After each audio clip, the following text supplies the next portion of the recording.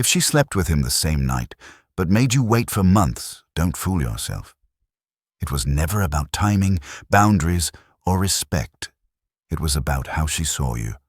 From the very first moment, she already decided. You didn't lose because you lacked money, looks, or charm. You lost because your energy told her everything before your words ever could. Here's the brutal truth no one wants to admit. Women choose some men instantly, while others get rejected before they even have a chance. Why? Because she can read you faster than you think. She felt no tension, no mystery, no spark. And once you're put in that box, you don't escape it. This isn't about blaming her. It's about waking you up. Because rejection isn't random. It's a reflection. A signal that something in you needs to shift if you want to be seen differently. And when you understand this truth, you'll never see rejection the same way again. So stay with me, because after this, you'll stop begging for chances and start commanding presence. Number 1, the unspoken rule. A woman doesn't need 3 dates, a fancy dinner, or endless conversations to know who you are. She reads you before you ever speak, not with logic, but with instinct. Your presence tells her everything. The way you carry yourself, the silence between your words, the energy you radiate. This hands her the full script, and within seconds, you've already been sorted. There are only 3 boxes. The first, the man she desires in the moment, the one she feels a raw pull toward, the thrill, the chaos. The second, the provider, safe, stable, useful, but never truly igniting passion. The third, the friend, harmless, soft, forgettable. Here's the brutal truth. You don't climb boxes by trying harder. You don't buy your way into desire with effort, patience, or persistence. Once she places you, that position is locked. Why? Because this isn't about what you do, it's about how you are perceived. And perception is lightning fast. Most men waste months believing effort will rewrite her instincts. It won't. She decided before the conversation even began. The only question you need to ask yourself is simple. Which box were you put in? Number 2, the 3 male categories. In her world, every man falls into one of 3 roles, and only one of them ever sparks true passion. The first is the wild card. He doesn't seek approval, he doesn't flatter, and he doesn't play safe. He teases, he provokes, he stirs emotions she can't control. He enters her life like a storm, sudden, raw, unforgettable. Around him she feels alive, alert, awakened, and when it feels that real, she doesn't wait. Desire takes over. The second is the stable one. Solid, kind, predictable. The man she might picture a future with, but never a night that burns into her memory. She'll call him sweet. She'll respect him, but she won't ache for him. Intimacy is delayed not because of principle, but because there is no urgency. He gives her safety, but never fire. The third is the emotional mule. He listens, he comforts, he gives endlessly. He becomes her support system, her diary, her unpaid therapist. He carries her burdens, but never her desire. And while he waits, hopes, and pays, she runs to someone else for the thrill. 3 roles. 3 fates. The question you must face as a man: which role are you playing right now? Number 3, sexual chemistry versus emotional safety. Lust doesn't wait. It doesn't ask for logic or permission. When she feels it, she moves. When she doesn't, no amount of kindness or patience will flip the switch. The man she sleeps with quickly didn't beg, prove, or earn it. He didn't parade his good deeds. He carried a quiet pull, a presence that spoke louder than words, and before her thoughts caught up, her body had already said yes. You, on the other hand, showed up safe. You listened. You cared. You offered stability and comfort. She smiled. She thanked you. But she never felt that spark. Because safety without fire is comfort, not craving, and no woman runs toward comfort. Here's the brutal truth. Desire isn't built like trust. Trust is slow. It stacks brick by brick. Desire doesn't build. It ignites. It flashes in the first moments, or it doesn't exist at all. And if her body didn't flinch the moment you walked in, if her pulse didn't shift in your presence, no amount of waiting will change it. Not because you're not good enough, but because she never felt it in her bones. And now, you finally know why. Number 4. Why the nice guy gets ignored. The nice guy doesn't fail because he's kind. He fails because he's desperate. His kindness is not a gift, it's a transaction. He gives what no one asked for. He buys gifts, sends long messages, checks in first, then again and again. And when silence meets him, resentment grows. But she never asked. She didn't reject generosity. She rejected the weight hidden inside it. It wasn't care. It was a plea, a silent bargain. If I give enough, maybe she'll choose me. That's not love. That's negotiation without power. And here's the truth. She didn't use you.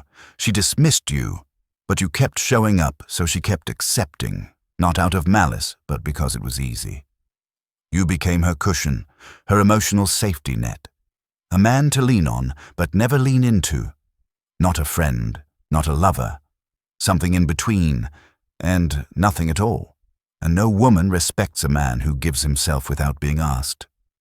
It wasn't weakness. It was self-betrayal. You knew the silence. You felt the imbalance. Yet you stayed. That's not love. It's sacrifice without return. And deep down, you always knew. Number 5. The psychology of female filtering. You think she's measuring you by height, money, or clever words. But her choice was never about numbers. It was about impact. She doesn't remember your car, your salary, or the perfectly timed message.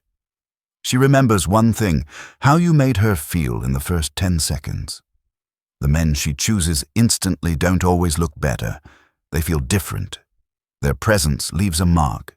They carry tension in their tone, weight in their silence, and movement that suggests nothing to prove. That unsettles her.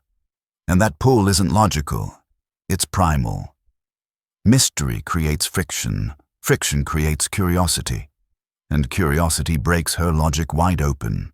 You can list your goals, your plans, your virtues. But if she feels nothing, your words fall into the void. Meanwhile, he says nothing, leans in, and she feels it. Not in her head, but in her spine. That's the filter. Not facts, not effort, instinct. You don't convince her into desire. You trigger it, or you don't. And once her instinct places you, no amount of proving, chasing, or waiting will shift the category. The harsh truth? She isn't rational when it comes to desire. She's human, and so are you. Number 6. How money, texting, and compliments work against you. If she isn't drawn to you from the start, stop trying to buy her interest. The more you give, the less she feels. A compliment too soon. She doesn't melt. She rolls her eyes. Pay too early. You're not a man. You're her provider. Text her non-stop. You've just made her the center of a life she never asked to be part of. You tell yourself generosity builds attraction. It doesn't. It only magnifies what already exists. If there's no desire, your kindness feels like a transaction. And here's the harsh reality. She doesn't sleep with transactions. She sleeps with risks. With the man who unsettles her, not the one who makes perfect sense. You're not losing because you're unworthy. You're losing because you're predictable, calculated, safe. Everything about you screams comfort, and comfort kills fire. She doesn't crave what's convenient. She craves what stirs her, what makes her pulse quicken without permission. So remember, money, words, and constant attention don't create desire. They bury it. And the harder you try to earn her, the faster she places you in the role you swore you'd never play. useful, available, forgettable. Number 7. Stoic seduction. Real seduction has nothing to do with clever lines or rehearsed charm. It's not about being funny, loud, or trying too hard. It's energy, a calm presence that carries just enough fire to stir her without saying a word. Flirtation, in its purest form, is restraint. It's the discipline to speak slowly, to hold her eyes a second longer than comfort allows, to pause when others would rush. You don't chase her laughter. You don't beg for validation. You create silence heavy enough for her to feel. That silence becomes tension, and tension is the oldest language of attraction. If she leans in, you don't pounce. You reward her with warmth. If she pulls back, you don't collapse. You fade with composure. No drama, no convincing, no desperate proving. Your value doesn't need to be explained because true presence announces itself. Mystery is what unsettles her. The more she can't decode you, the deeper she invests. Desire doesn't live in what's obvious, it's born in what's unknown.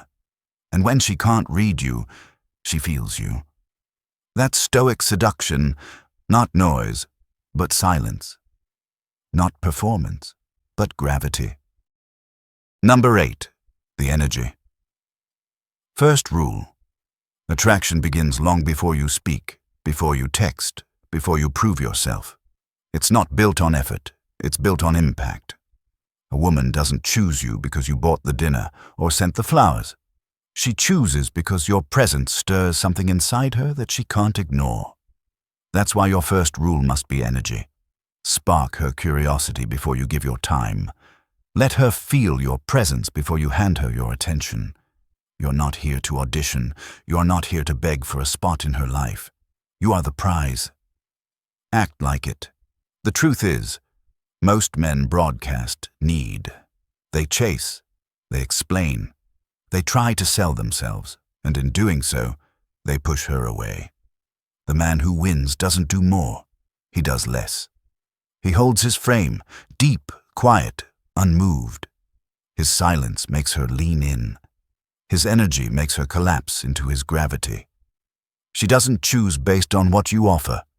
She chooses based on how you make her feel. Make her feel or be forgotten. That's the law. Now you've seen the truth. Women don't choose words, gifts, or effort. They choose presence. And presence cannot be faked.